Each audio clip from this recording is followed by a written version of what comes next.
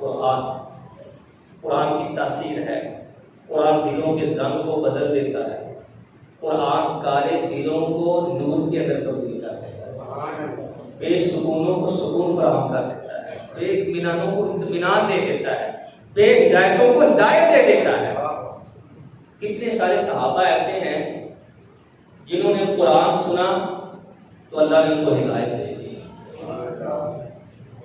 ان کا دل بدل دیا, ان کی تاریخی اسلام کے اندر بدل گئی. ایک صحابی ہیں حضرت طفیل بن عمر دوسی رحمۃ اللہ تعالی علیہ.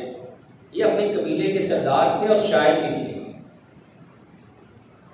یہ کہتے ہیں کہ میں مکہ المکرمہ آیا, ابو جہل اور عتبہ شیبہ وغیرہ سے میری بڑی ملاقات کی, میرے تعلقات تھے. آخر میں اپنے علاقے کا سردار تھا, چودھری تھا, تو چودھریوں کے ساتھ تعلق تو ہوتے ہی نا بھائی.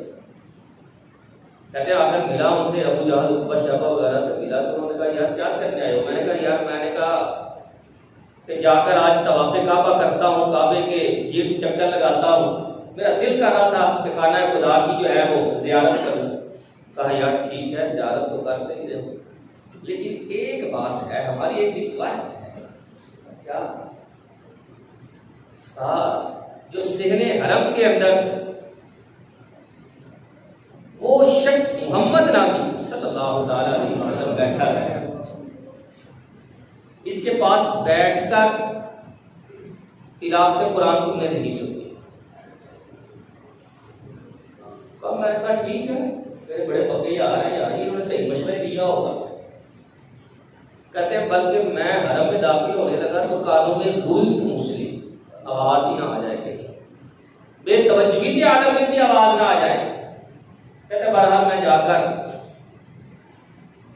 کعبہ کے قریب بیٹھا تو آقا کریم علیہ السلام نماز کے لیے کھڑے ہوئے. قربان جاؤں, جب یاسین والا نبی یاسین پڑھے تو کیا حال ہوگا.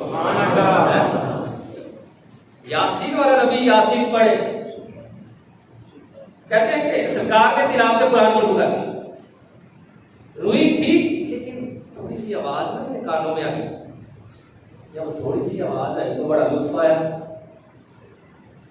میں نے اپنے آپ سے کہا یار میں شاعر ہوں اور چودھری آدمی ہوں, تیرے دالو پورا, لوگ مجھ سے مشورے لیتے ہیں, سیاح بیانا آدمی ہوں, میں نے کیا یہ عمل کیا ہوا ہے؟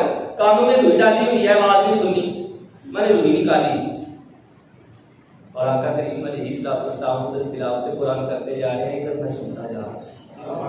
مجھے بڑا لطف آ رہا. پہلی رکعت ختم ہوئی, رکوع سجود کے مراحل سرکار صلی اللہ تعالی علیہ وسلم ادا فرما رہے تھے. تو کہتے ہیں میرا دل کر رہا تھا جلدی جلدی کریں اور تلاوت قرآن شروع کریں. سرکار کھڑے ہوئے, دوبارہ سے تلاوت قرآن فرمائی. نماز کا اختتام ہوا تو سرکار بیٹھ کے دعا وغیرہ مانگی تو آقا کریم علیہ السلام اس کے بعد گھر کی طرف چلنے لگے.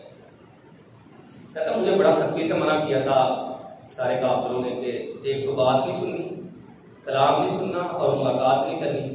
تو میرے دل نے گواہی دی یار جس نے اتنا سونا کلام پڑھا ہے اس کے ساتھ بیٹھنے کا کتنا مزہ ہوگا.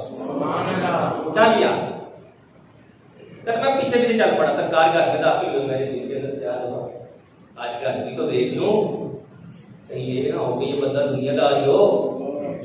دنیا کی لالچ میں آ کر پیسے کی لالچ انسان کو اندر کر دیتی ہے. کہیں پیسے کی لالچ تو نہیں ہے اس کے دل میں. کہتے ہیں سرکار گھر میں داخل ہوئے, دروازے پر دستک دی تو سرکار نے مجھے اندر بلا دیا. میں اندر گیا تو دیکھ کر حیران, گھر کے اندر کھانے پینے کا سامان نہیں ہے, ایک ٹوٹی چٹائی ہے, اسی پر آمینہ کے رات تشریف فرما. میں نے کہا یہ بندہ دنیا کا طلبگار ہے.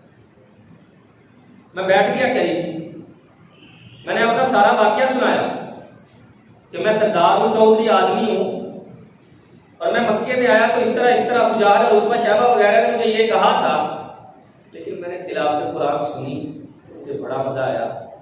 ایک درس کروں, آپ دوبارہ بھی قرآن سنا سکتے. اللہ کرے یہ بات سمجھ میں آئے. قرآن سننے کی محبت. اب دوبارہ مجھے قرآن سنا سکتے ہیں؟ کیا تعلیمات ہیں سرکار. میں نے بتایا نا صاحب قرآن پڑھے تو پھر کیا ہوگا. صاحب قرآن نے قرآن پڑھنا شروع کیا, ادھر اس کے دل سے تنقید نکلنا شروع ہوئی, آنکھوں سے آنسو روا ہونا شروع ہو گئے.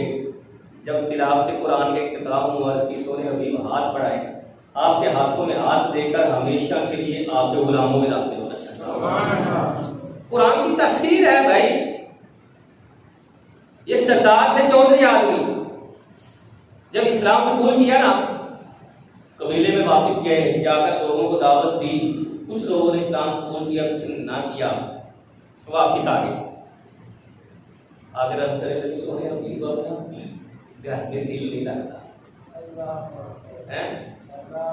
اب نا گھر میں دل نہیں لگتا. ماڑا آدمی ہو تو پھر بھی تو کہے بھائی چودھری آدمی ہے, سردار ہے, سارا قبیلہ اس کا گویا کہ محتاج ہے, سب نے آ کر اس سے رائے لے لی ہے, سارے لوگ اس سے ملتے ہیں.